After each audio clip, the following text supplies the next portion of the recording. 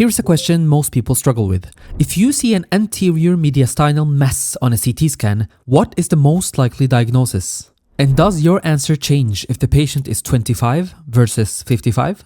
The reason this question is hard is not because anatomy is complicated, it is because most of us never learned to think about the mediastinum in compartments. We memorize structures in isolation. We know the heart is in the chest, the esophagus runs down the back, the thymus sits up front. But we never built a spatial framework that let us say, this mass is in the prevascular compartment. The patient is middle-aged, so I am thinking thymoma first, lymphoma second. And that framework, it's not complicated, it is just about understanding where the borders are, what each compartment contains, and which pathologies tend to show up where. Once you have that, mediastinal imaging stops feeling like guesswork and starts feeling like pattern recognition. That is what we are going to cover today. We will break down what the mediastinum actually is, and where its borders are, why there are two classification systems, and which one you will actually use clinically, how to divide it into compartments, traditional and radiological, what sits in each compartment, and which pathologies show up where, and how to approach a mediastinal mass on imaging, step by step. What's up everyone, my name is Time, I'm a medical doctor and I make animated medical lectures to make different topics in medicine visually easier to understand. If you would like a PDF version or a quiz of this presentation, you can find it on my website, along with organized video lectures to help with your studies. Alright, let's get started. So let's start with the basics. What is the mediastinum? The mediastinum is the central compartment of your thoracic cavity. Essentially, it is everything sitting between your two lungs. If you imagine the chest as a box with the diaphragm on the floor, the lungs occupy the left and the right sides, and the mediastinum is that packed middle zone containing all the structures that keep you alive. Your heart, your great vessels, your trachea, your esophagus, and more. Now, the key thing to understand here is that the mediastinum is not the lungs themselves. The lungs sit on either side, wrapped in their own pleural sacs. The mediastinum is separated from the lungs by a thin layer called the mediastinal pleura. This is just the parietal pleura lining the inner surface of each lung. So, when we talk about the mediastinum, we are talking about the central compartments only. Alright, let us define its boundaries. Think of this as building a 3D box in your mind. Starting superiorly, the mediastinum begins in the thoracic inlet. This is the opening at the top of your chest, bounded by the first thoracic vertebrae posteriorly, the first rib on each side, and the superior border of the manubrium anteriorly. Everything above this, which are your neck structures, are not a part of the mediastinum. Moving inferiorly, the mediastinum ends at the diaphragm, so the entire height of the mediastinum runs from the thoracic inlet down to the diaphragm. Now, the diaphragm is dome-shaped and curves upwards into the chest, as you see here on this side view. So, while its central portion sits higher, posteriorly it extends down closer to T12. Anteriorly, the boundary is straightforward. It is the sternum. The sternum forms the front wall of the mediastinum, separating it from the chest wall. Posteriorly, you've got the vertebral column, specifically the bodies of the thoracic vertebrae from T1 down to T12, so the spine forms the back wall. And laterally, on both the left and right sides, the boundaries are formed by the mediastinal pleura. This is that thin pleural layer we mentioned earlier. It is the membrane lining the inner surface of each lung, and it acts as the dividing line between the mediastinum in the middle and the lungs on either side. Alright, now here is where things start to get a bit messy, and this is the part that confuses most people. There are two different classification systems for dividing up the mediastinum, and you need to understand both. The first system is the traditional anatomical classification. This is the one you will find in most anatomy textbooks. It divides the mediastinum into a superior mediastinum and an inferior mediastinum, and then subdivides the inferior part into anterior, middle, and posterior compartments. This system comes from classical dissection-based anatomy, and it is how anatomists traditionally described the mediastinum when they were working on cadavers, layer by layer. But in most modern clinical practice, especially in radiology and oncology, we use a different system. It is called the ITMIG classification, which stands for International Thymic Malignancy Interest Group. This system was originally developed by researchers studying thymic tumors because the old anatomical division were not working well for staging tumors on CT scans. So ITMIG created a precise CT-based system to fix that problem. And it worked so well that radiologists started using it for all mediastinal masses, not just thymic tumors. That is why it is now the international standard in radiology. This system divides the mediastinum into three compartments: prevascular, visceral, and paravertebral. So why do we have two systems? It comes down to perspective. The traditional system was designed for anatomy students and surgeons who are literally cutting through tissue, thinking in terms of layers. The ITMIG system was designed for radiologists and clinicians who are looking at axial CT slices, cross-sections of the chest. Both systems are still used. You will hear surgeons talk about superior and inferior mediastinum, and you will hear radiologists talk about prevascular and paravertebral compartments. But if you are reading images or staging tumors, the ITMIG system is what you will actually use. So let's break them both down, starting with the traditional system. The key landmark here is the sternal angle. This is the bony ridge you can feel on your sternum where the manubrium joins the body of the sternum. It sits at the level of the second rib anteriorly and corresponds to the T4-T5 intervertebral disc posteriorly. This is not just a random line, it is an important anatomical landmark because it also marks the level of the tracheal bifurcation into the left and right main bronchi and where the aortic arch begins. So, using the sternal angle as our horizontal dividing line, the mediastinum is split into two main parts, the superior mediastinum above this line and the inferior mediastinum below it. The superior mediastinum runs from the thoracic inlet at the top down to the sternal angle at T4-T5. It contains major structures like the aortic arch, the brachiocephalic veins, the superior vena cava, the upper part of the thymus, the trachea, the esophagus, the thoracic duct, and important nerves like the phrenic and the vagus nerve. This is a packed region, and clinically, it is where you will see things like superior vena cava syndrome, widened mediastinum in trauma suggesting aortic injury, and masses from lymphoma or thyroid goiter. Now, below the sternal angle, the inferior mediastinum is further subdivided into three compartments: anterior, middle, and posterior, and these are separated by vertical lines. The anterior mediastinum sits between the sternum anteriorly and the pericardium posteriorly. It is a relatively small space, mostly filled with fat, the remnants of the thymus, some lymph nodes, and the internal thoracic vessels. This compartment is small, but it is a common site for anterior mediastinal masses, especially in younger and middle-aged patients. We'll get back to this later in this video. The middle mediastinum is the central zone, and it contains the pericardium and the heart. So essentially, this compartment is the heart and the sac around it. It also includes the origins of the great vessels, the ascending aorta, the pulmonary trunk, the lower parts of the superior vena cava, somewhere back there, and the phrenic nerves running along the pericardium. Clinically, this is where you will see pericardial effusions, cardiac masses, and hilar or subcarinal lymphadenopathies, which is important in lung cancer staging. The posterior mediastinum sits between the pericardium anteriorly and the vertebral column posteriorly.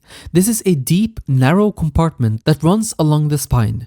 It contains the descending thoracic aorta, the esophagus, the azygos and the hemiazygos veins, the thoracic duct, and the sympathetic chain. This is also where you'll find neurogenic tumors, schwannomas, neurofibromas, ganglioneuromas, which are the most common masses in the posterior mediastinum. If you see a well-defined round mass sitting along the spine on a CT scan, your first thought should be neurogenic tumors. So, that was the traditional system. Now, let's move to the ITMIG radiological system. This system is based on axial CT slices, what you actually see when you scroll through a chest CT. So what is an axial CT slice? Here is our patient. Let's gently just cut him in half and then turn him this way. We will be able to see this inferior view of the mediastinum. Let's CT scan this image. This is an axial CT slice of the chest.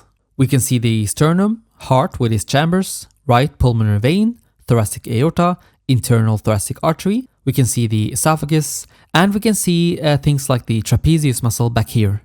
Hope you can kind of orientate yourselves a little bit now. We are seeing it from below. Now, the thing with ITMIG classification is that instead of dividing the mediastinum into superior and inferior, ITMIG uses three vertical compartments that run from the top of the mediastinum all the way down to the diaphragm at the bottom. These compartments are prevascular, visceral, and paravertebral, as you see in the sagittal view on the right for reference, taken from the official ITMIG classification paper published in Radiographics. Alright, let's break them down. The prevascular compartment is everything anterior to the great vessels and the pericardium. So if you imagine looking at the axial CT slice at the mid-chest level, the prevascular compartment is a zone sitting in front of the aorta, the pulmonary arteries, and the heart. It wraps around the heart in a curvilinear fashion. This compartment contains the thymus in children and the thymic remnants in adults, along with fats and lymph nodes. Clinically, this is where the 4 T's exist: thymoma, thyroid, teratoma, and terrible lymphoma. So if you see a mass in the prevascular compartment, you immediately start thinking about these 4. And here is where the ITMIG system becomes important. It is very precise. You can look at a CT slice, see that mass sitting anterior to the great vessels, and say confidently, this is prevascular. That precision helps you narrow your differential diagnosis fast. The visceral compartment is a central zone. It contains the heart, the pericardium, the great vessels, including the aorta, the pulmonary arteries, and the superior vena cava. It also contains the airways, things like the trachea, the carina, and the main bronchi. We can also see the esophagus here as well. So this compartment is packed with vital structures. Clinically, the visceral compartment is where you will see lymphadenopathies. In the mediastinum, especially around the trachea and the bronchi, we can see lymph nodes such as hilar nodes and subcarinal nodes. When they become enlarged in lymphadenopathies, you start thinking about things like lung cancer, lymphoma, or sarcoidosis. You will also see esophageal masses, tracheal lesions, bronchiogenic cysts, and cardiac or pericardial pathology. This is the workhorse compartment. Most mediastinal pathology involves the visceral compartment in some way. Okay, so here's the thing. This is the body of the vertebrae, right?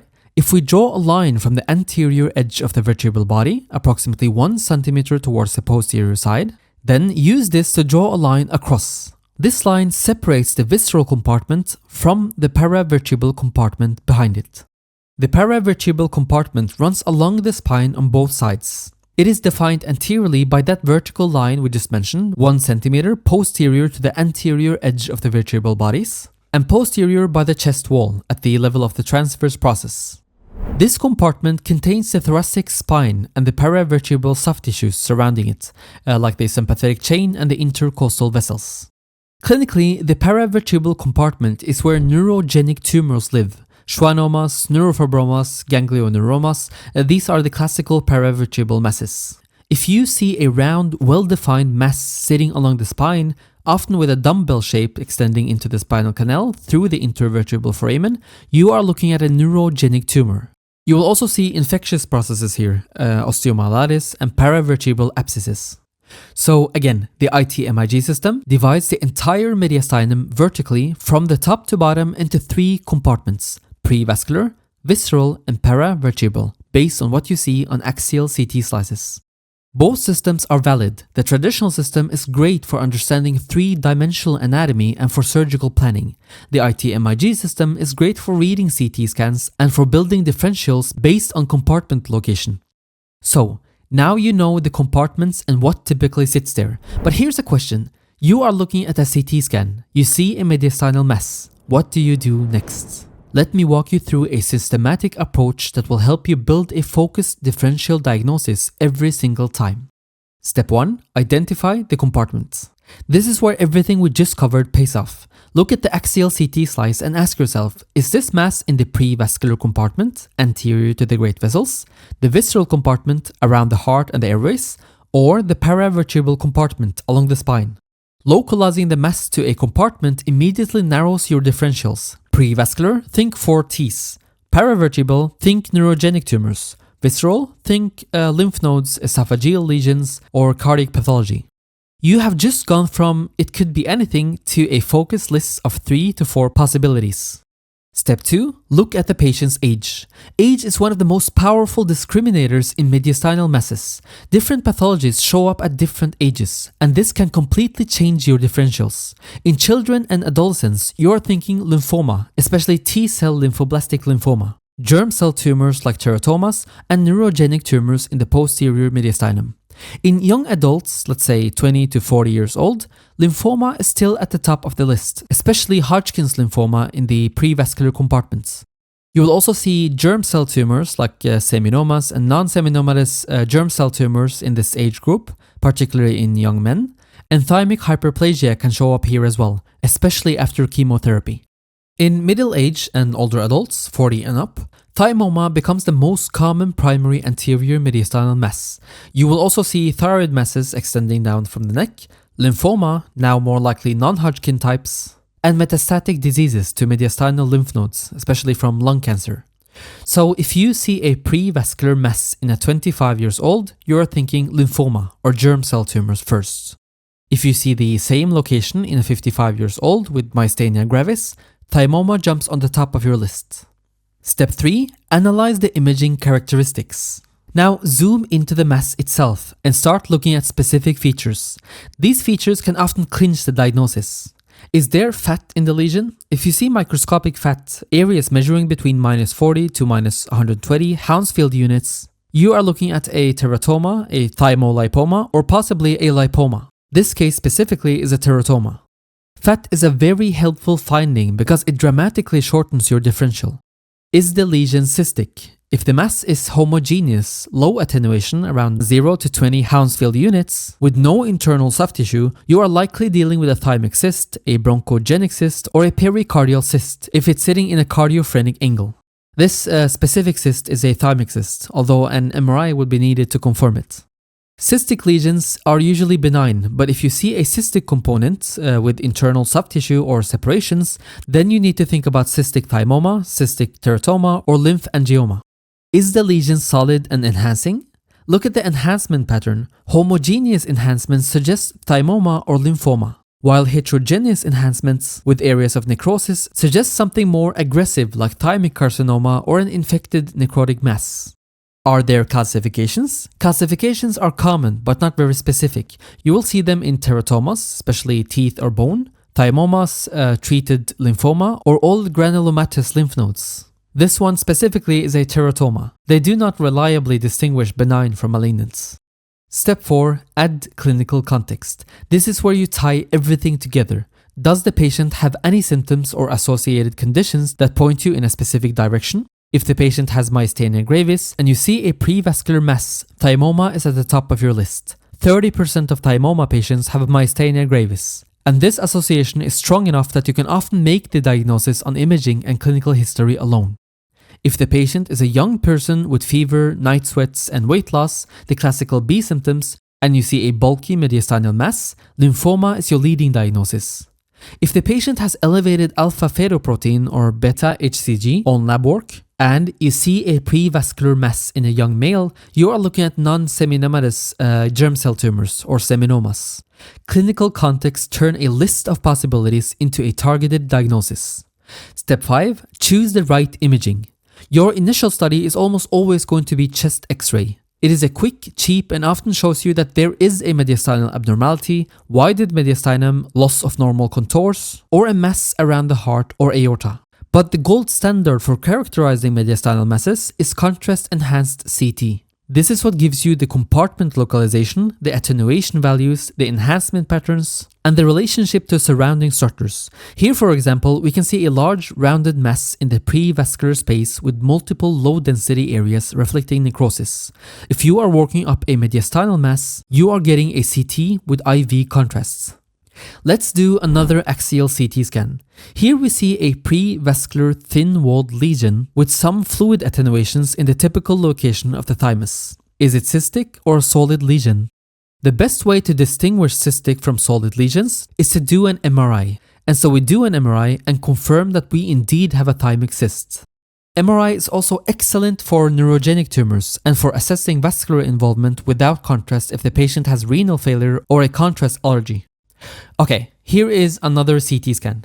This is a 20-year-old man who came in with fever, night sweats, and weight loss, the classical B symptoms we see in lymphoma.